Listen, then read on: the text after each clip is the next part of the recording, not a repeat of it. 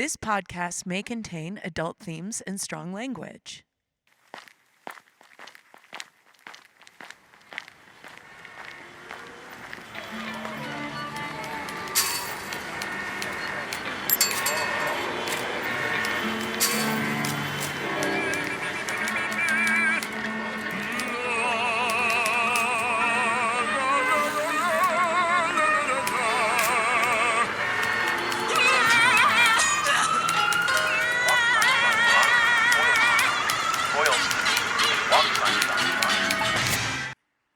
You stepped onto the Busker's corner.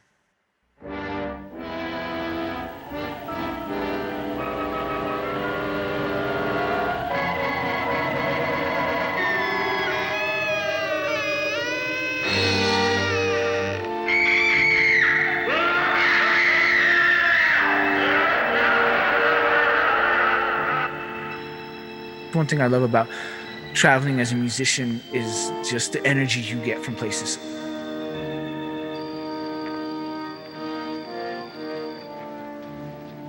You can go places, you feel the history, where you're just like, oh, there's a lot of stuff that's happened here.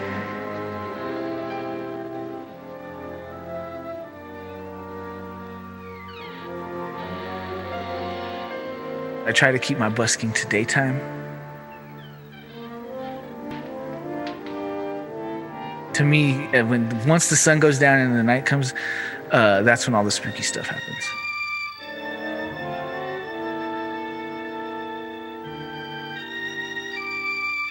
Hello, this is your host Robert, and you've just heard from Gilbert Uribe. We'll hear more from Gilbert and many other performers on this special holiday episode of Busker's Corner. With me is my wife, my bandmate, my co-host, and my producer on this show, Fable. Sounds like I'm so many things. And tonight I will be your Halloween hostess. Welcome to Busker's Corner, Halloween Spectacular, Volume 1. What you hear playing behind us is the theme music from House on Haunted Hill by Von Dexter. On this special spectacular episode, we'll be celebrating this All Hallows Eve with 5 short, yet frighteningly entertaining true stories from 5 musicians who are all scary good at what they do. With a few exceptions, this episode will mostly feature music and soundscapes from pop culture. But don't worry, we'll hear more terrific tales from these terrifyingly good artists later in the season. And you're sure to hear more of their original music. Our first story comes to us from a musician, producer, singer-songwriter who hosts his own show on YouTube called The Exchange NM, where he interviews and showcases fellow musicians from New Mexico. Between his solo shows and current band Nosotros, he is playing nearly all of the time. Please welcome Gilbert Uribe with a story we call Haunted Vibes. Back in the day when I was touring and playing with Liquid Cheese, we would play the Victoria Lounge in Salida, Colorado.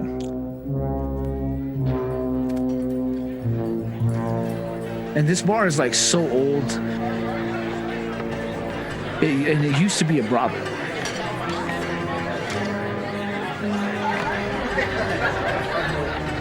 It had that vibe to it. Yeah, like I feel like somebody got shot over a poker game.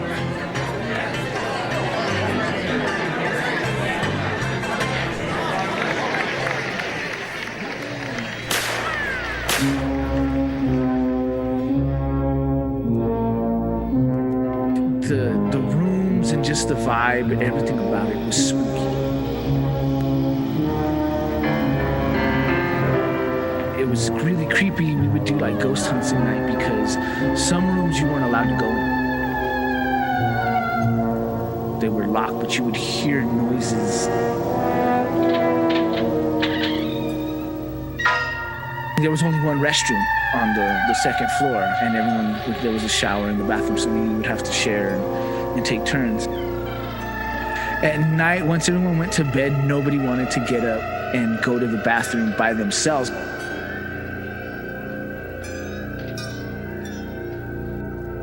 You would walk down the hall and the floor would creak, and it was just an old Western tavern style. So like just everything about it, the stairs going upstairs, it kind of had like an abandoned mental hospital vibe to it. That was another creepy thing too, because some doors had like the frosted window, like you can't see through it, but you can see like silhouettes.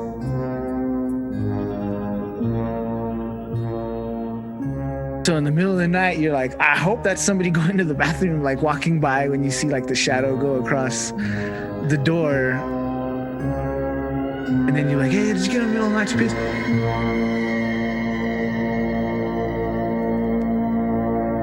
I didn't. Wait. Who was that I saw them that walked by at like 4 in the morning?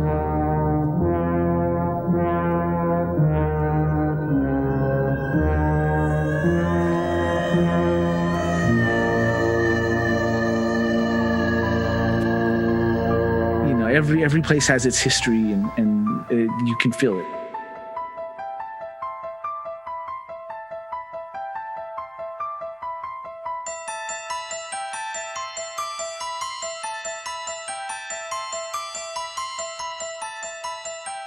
Thank you, Gilbert Uribe, for sharing your hauntingly good story on Busker's Corner.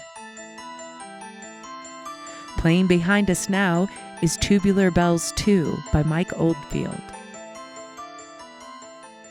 For a complete list of songs played in this episode, as well as contact information for all the storytellers, please see the show notes. We love to welcome back a storyteller you've heard in the last episode of Busker's Corner. He is a guitar player, singer-songwriter, and all-around huge personality. He is the leader of a jazz band he calls the Speakeasy Jazz Cats. He's no stranger to spooky. You can find death and ghostly imagery lurking within much of his original music, some of which you'll hear playing throughout this next story. Please give a warm Halloween welcome to Dusty DeLeo with a story we call Ghosts That Make Them Bones Rattle. 2, 3.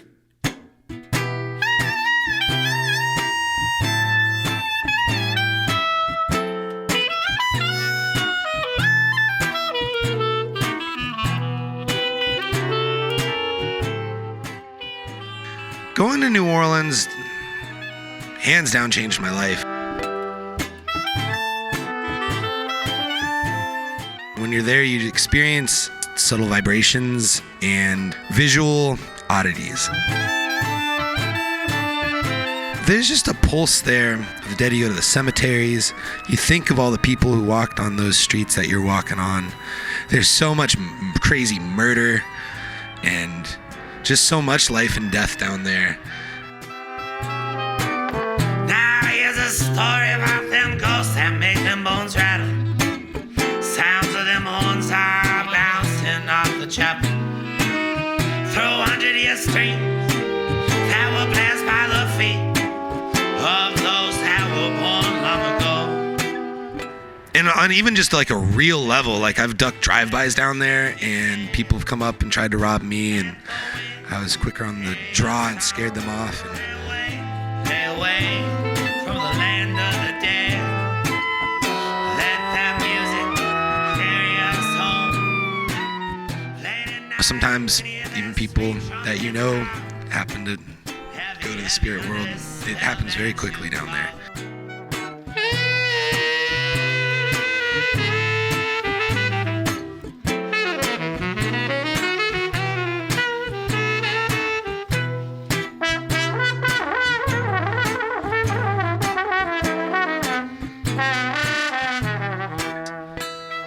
Spirits, good or bad, could follow you. Sometimes they're bad too, honestly, and I've felt presences when I look and I don't see anything there, but I feel something.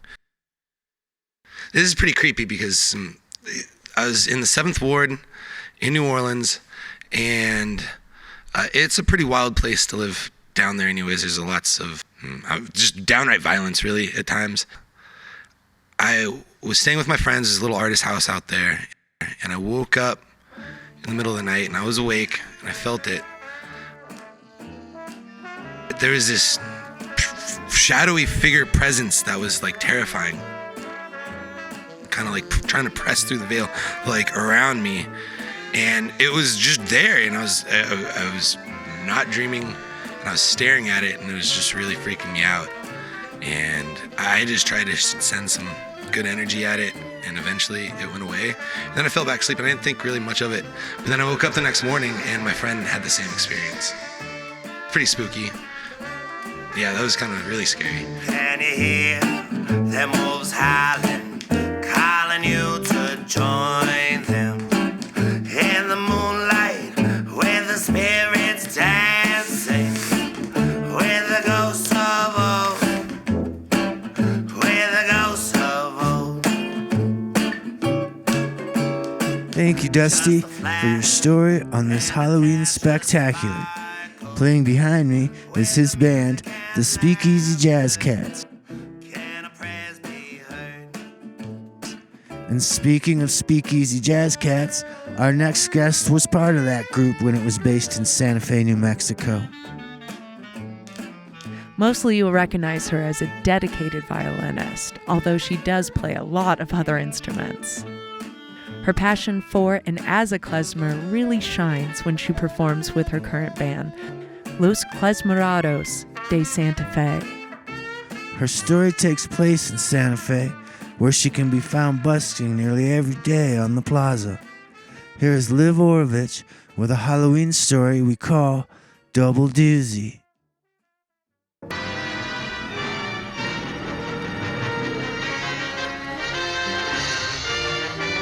There's a curse on our village. The curse of Frankenstein.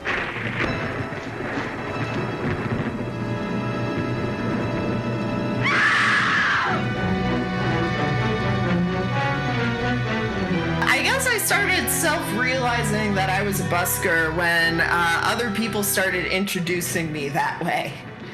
When that was like, oh, how do we put Liv in a context that people will understand? Oh, she's the violinist that busks all the time. I think once that started becoming the case, that's when I had this moment of oh snap, yeah, that's me. That's how people know me. So at a certain point, it doesn't matter what else I do. That's it. That's how people see me. In the gripping tail of a monster the tomb cannot engulf, chains cannot hold.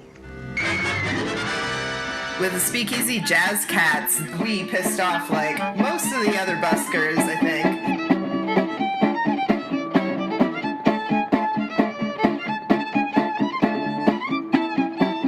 Just being, loud, noticeable, and having a crowd all the time, it got people's attention. It got the tourists' attention for sure.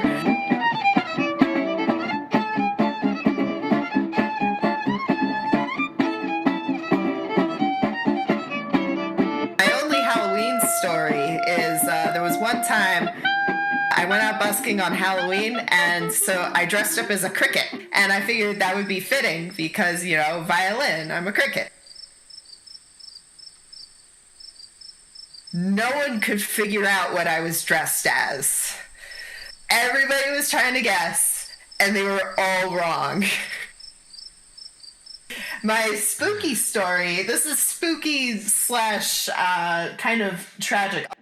I was actually out busking with the Speakeasy Jazz Cats one day, and we were set up on the corner of the plaza, that gets hot in the afternoons, from the balcony from Thunderbird and the balcony from Draft Station.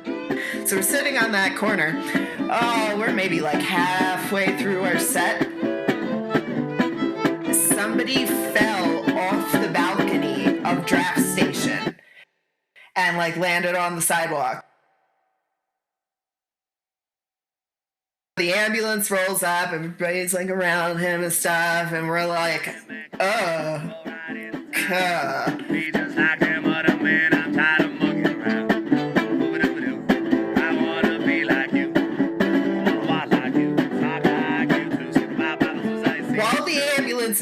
like taking care of this one guy that fell. Somebody else fell off the balcony from Thunderbird.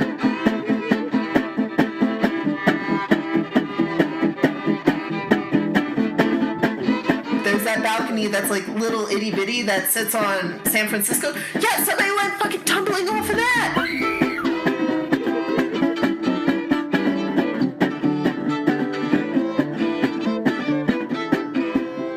And so then they went over, like, got the ambulance. It was like somebody else. And we just like looked at each other. We're like, guys, let's get out of here. What I desire is man's and fight to make my dreams come true. Tell my secret man. Packed up all our stuff and left.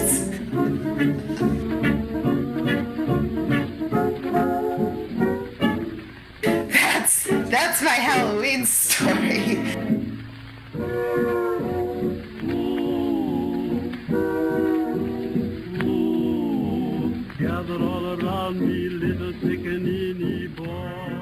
Thank you, Liv Orovich. That story really makes you fall in love with Halloween. Playing behind us now is The Boogeyman Is Here by Tom Guerin. Our next storyteller is also a well-known Santa Fe busker, but before that, he was a gravedigger at a graveyard in Seattle, Washington, the city where this chilling story takes place. When not making music, you will find him doing fine woodworking in Rowe, New Mexico.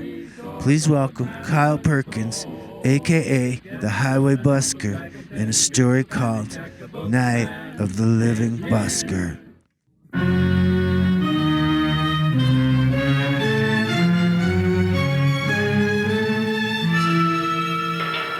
think we have some late word just arriving, and I'll interrupt to bring this to you. This is the latest disclosure in a report from National Civil Defense Headquarters in Washington. It has been established that persons who have recently died have been returning to life and committing acts of murder. A widespread investigation of reports from funeral homes, morgues, and hospitals has concluded that the unburied dead are coming back to life and seeking human victims. It's hard for us here to believe what we're reporting to you, but it does seem to be a fact. In Seattle, I didn't do much busking because there's just too much technology out there, and like nobody's like really here anymore. I think it was like 2016 or 17 when iPhone came out with their version of wireless headbuds that came with the phone. Everybody had them, and it was like, why am I even out here? I'm making maybe $2 an hour-ish. Everybody's plugged into some device. I mean, like, if there was like an alarming thing happening, like they would be totally clueless of it. They could get hit by a car and like had no idea. Their perception's just totally blinded from everything around them. Be somebody who's going against society in its entirety as far as like the pyramid scheme capitalistic crap we have going on. To follow a passion, you don't not work. You don't ever not work. Like there's like not even times where I'm sleeping that I'm not working on how to do something else to get people more involved.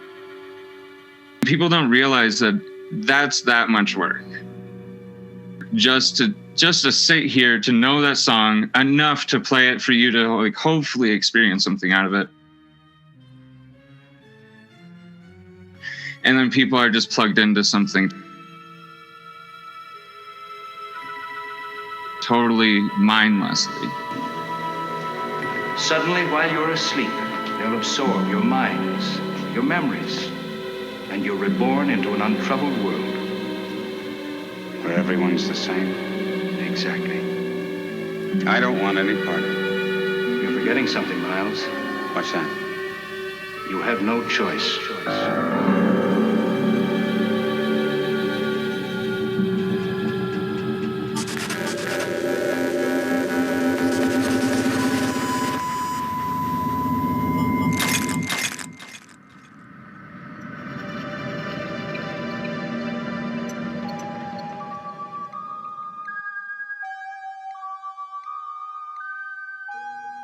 Thanks, Kyle, for your observation. I also have seen zombies on phones, and maybe this show will even create a couple of them.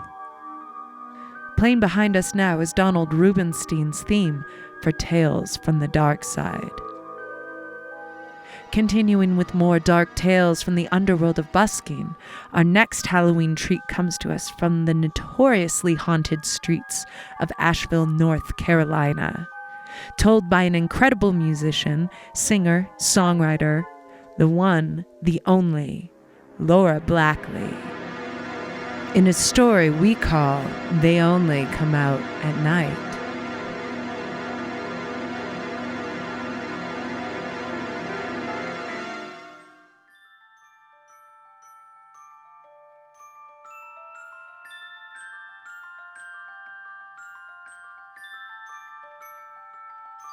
Asheville is full of ghosts.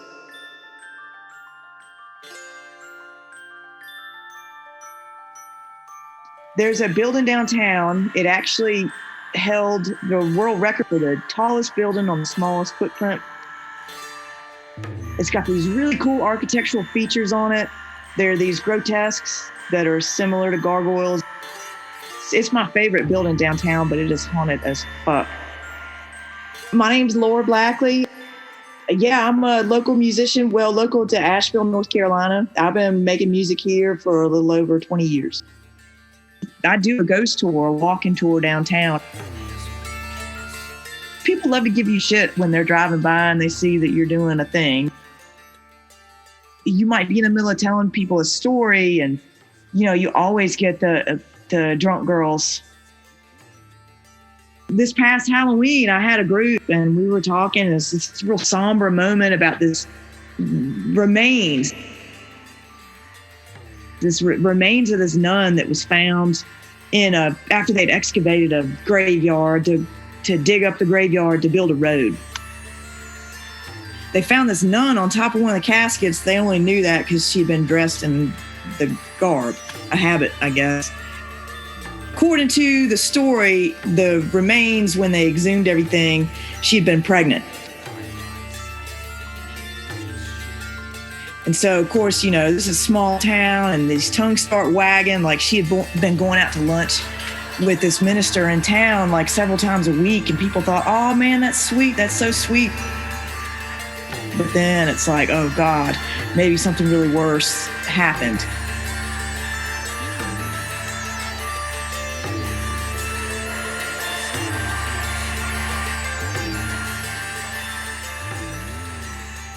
So I'm, at the crux of that story and I'm telling it to people and when you got them, right? Like they're into this fucking story.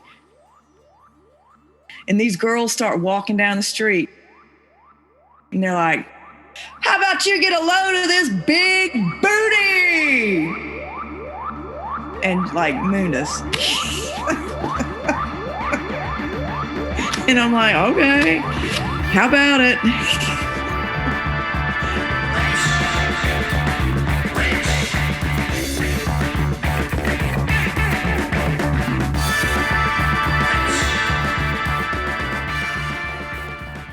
Thank you, Laura Blackley, for your story.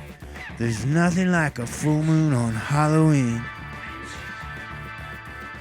Playing behind us now is the Suspiria theme by Goblin. And that's all for this Halloween spectacular.